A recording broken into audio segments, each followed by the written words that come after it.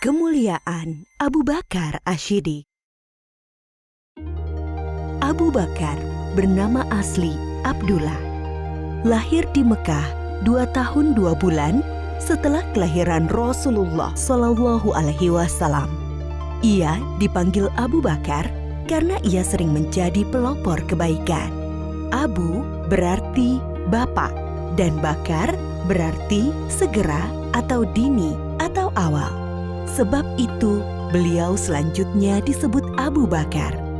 Sejak kecil, Abu Bakar senang sekali berbuat kebajikan dan hal-hal terpuji. Salah satu sahabatnya berkata, "Sesungguhnya engkau selalu menyambung tali silaturahim, selalu berkata benar, banyak menanggung kesulitan orang lain, menolong orang-orang yang menderita, dan menghormati tamu." Begitu kesaksian Ibnu Dugunah, sahabat Abu Bakar. Abu Bakar termasuk orang yang paling utama masuk Islam. Ia adalah sahabat Nabi Muhammad Shallallahu Alaihi Wasallam yang paling setia, mendampingi Rasulullah sejak masuk Islam sampai meninggal. Ketika Nabi Muhammad Shallallahu Alaihi Wasallam berhijrah dari Mekah ke Madinah, Abu Bakarlah yang menemaninya. Pada saat itu, Kamis 27 Safar tahun ke-14 kenabian, waktu tengah hari, Rasulullah Shallallahu Alaihi Wasallam mendatangi Abu Bakar di rumahnya. Abu Bakar berkata, "Demi Allah, beliau tidak akan kemari pada saat begini, kecuali ada urusan penting." Beliau mengabarkan kepada Abu Bakar bahwa Allah Subhanahu wa Ta'ala telah mengizinkannya untuk hijrah ke Madinah. Setelah memastikan rencana hijrah, Rasulullah Shallallahu Alaihi Wasallam pulang ke rumah sambil menunggu waktu malam tiba. Pada hari yang sama, para tokoh kafir Quraisy sedang mengepung rumah Rasulullah Shallallahu Alaihi Wasallam. Mereka berniat akan membunuhnya. Setelah lewat tengah malam, mereka meyakini inilah cara terakhir untuk menghentikan Rasulullah berdakwah kepada Islam. Ketika malam semakin larut, Rasulullah keluar dari rumahnya menuju rumah Abu Bakar tanpa diketahui oleh orang-orang yang memusuhinya. Lalu mereka berdua berusaha keluar dari Mekah sebelum fajar menyingsing. Mereka justru menuju ke arah Yaman, arah selatan Mekah, tidak langsung menuju ke Madinah. Setelah sampai di dekat bukit yang tinggi dan terjal, mereka berdua berencana bersembunyi. Abu Bakar membantu Rasulullah Shallallahu Alaihi Wasallam sambil menggendong naik ke atas bukit. Di depan mulut goa yang dikenal dengan Goa Thur, Abu Bakar berkata, "Ya Rasulullah, engkau jangan masuk sebelum aku masuk terlebih dahulu, agar jika ada sesuatu yang berbahaya, akulah yang kena, bukan engkau." Abu Bakar masuk dan membersihkan goa. Ia memeriksa dinding-dinding goa. Lalu Abu Bakar menyobek kain yang dipakainya untuk menyumbat lubang-lubang yang ada di dinding goa. Setelah itu ia berkata, "Silahkan masuk ya Rasulullah." Rasulullah masuk ke dalam goa, lalu menyandarkan kepalanya ke sebuah batu dan memejamkan mata. Abu Bakar menjaganya. Tiba-tiba kaki Abu Bakar disengat oleh binatang berbisa dari balik lubang yang disumbatnya. Ia berusaha tidak bergerak sambil menahan rasa sakitnya karena khawatir akan membangunkan Rasulullah. Namun, rasa nyeri yang sangat membuat air mata Abu Bakar menetes dan mengenai wajah Rasulullah Shallallahu Alaihi Wasallam. Rasulullah terbangun dan bertanya, "Apa yang terjadi, wahai Abu Bakar?" "Aku disengat binatang berbisa, wahai Rasulullah." Lalu Rasulullah meludahi luka Abu Bakar dan rasa nyeri hilang seketika. Abu Bakar mendampingi Rasulullah Shallallahu Alaihi Wasallam dalam hijrah ke Madinah selama 10 hari, 3 hari di Goa Sur dan 7 hari di perjalanan ke Yatsrib, Madinah. sampai mereka tiba di Madinah dengan selamat pada hari Senin 8 Rabiul Awal tahun 14 kenabian. Abu Bakar seorang yang pemberani. Ali bin Abi Thalib berkata, Ketika perang Badar, kami mendirikan tenda untuk Rasulullah Shallallahu Alaihi Wasallam. Lalu kami bertanya, siapa yang bersedia mendampingi Rasulullah Shallallahu Alaihi Wasallam agar tidak ada musuh yang bisa mendekatinya? Demi Allah, tak satu pun dari kami yang maju selain Abu Bakar. Abu Bakar juga seorang yang sangat dermawan. Putri Abu Bakar, Aisyah menceritakan, ketika masuk Islam, Abu Bakar memiliki 40.000 dinar keping emas. Ia menginfakkan seluruh hartanya itu kepada Rasulullah Shallallahu Alaihi Wasallam.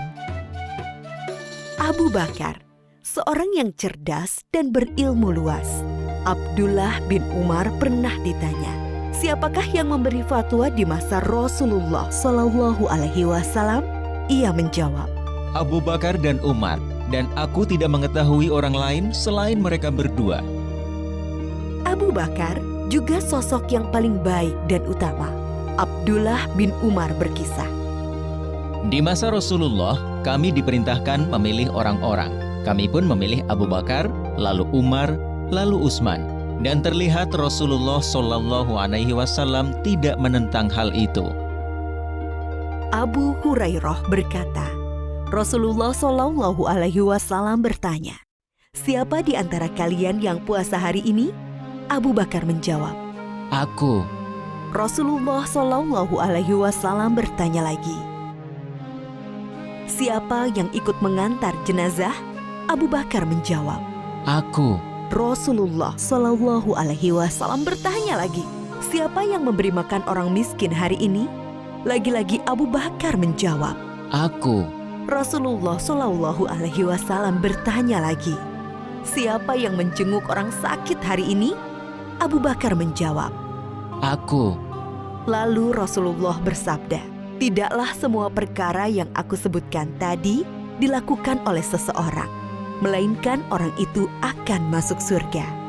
Ketika Rasulullah Shallallahu Alaihi Wasallam jatuh sakit, kemudian sakitnya semakin parah, beliau bersabda, suruhlah Abu Bakar untuk menjadi imam sholat.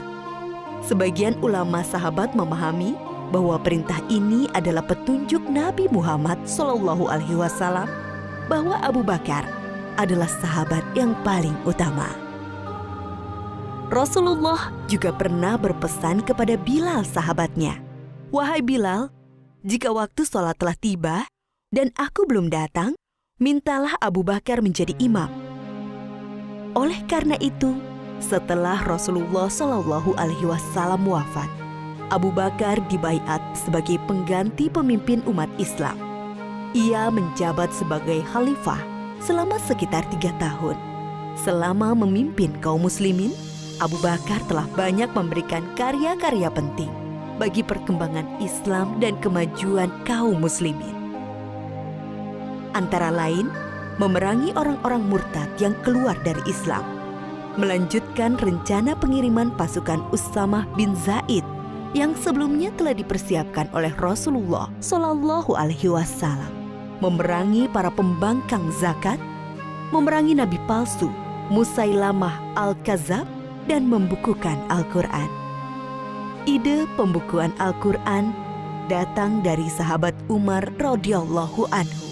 Awalnya, Abu Bakar berkali-kali menolak pendapat itu. Namun setelah terjadi diskusi panjang, akhirnya Abu Bakar menerima hal tersebut. Lalu Abu Bakar memanggil sahabat Zaid bin Sabit, yaitu sahabat yang menjadi pencatat wahyu di masa Nabi Muhammad Shallallahu Alaihi Wasallam. Dia bercerita kepadanya, Sesungguhnya Umar telah mendatangiku dan ia berkata kepadaku, banyak sahabat penghafal Al-Quran yang gugur dalam perang Yamamah, yaitu perang melawan Musailamah al-Kadzab, sang nabi palsu dan pasukannya. Aku khawatir peristiwa serupa juga menimpa para qurra, para penghafal Al-Quran dalam peristiwa lainnya. Akibatnya akan hilang sebagian besar dari Al-Quran. Wahai Zaid, engkau anak muda yang cerdas. Kami mempercayaimu sepenuhnya. bahwa engkau juga juru tulis wahyu Rasulullah. Jadi, carilah ayat-ayat Al-Quran itu, lalu kumpulkanlah. Zaid menolak sambil berkata kepada Abu Bakar dan Umar, Mengapa kalian akan melakukan sesuatu yang tidak pernah dilakukan oleh Rasulullah Shallallahu Alaihi Wasallam? Demi Allah, ini perbuatan yang baik. tukas Abu Bakar. Zaid mengulangi penolakannya Tidak, sambil bergumam, andai kata ia membebaniku untuk memindahkan sebuah gunung, itu jauh lebih ringan daripada perintahnya menghimpun ayat-ayat Al-Quran.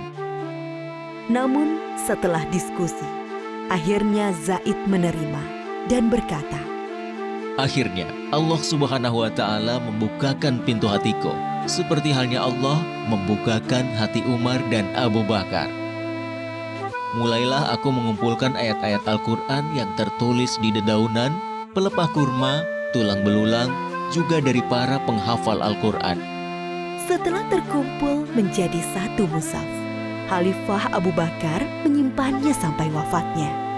Inilah jasa Abu Bakar yang sangat berharga dan masih bisa dirasakan oleh kaum muslimin hingga saat ini.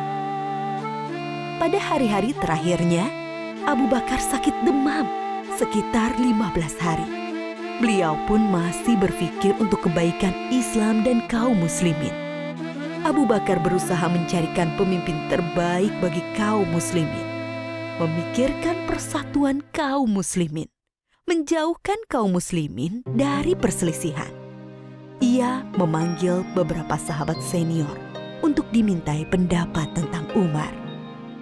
Ia juga meminta Utsman bin Affan untuk menuliskan surat wasiat, lalu memberinya cap stempel dan membawanya keluar untuk dibacakan kepada kaum muslimin agar mentaati keputusan Abu Bakar dalam menetapkan Umar bin Khattab sebagai penggantinya memimpin umat Islam.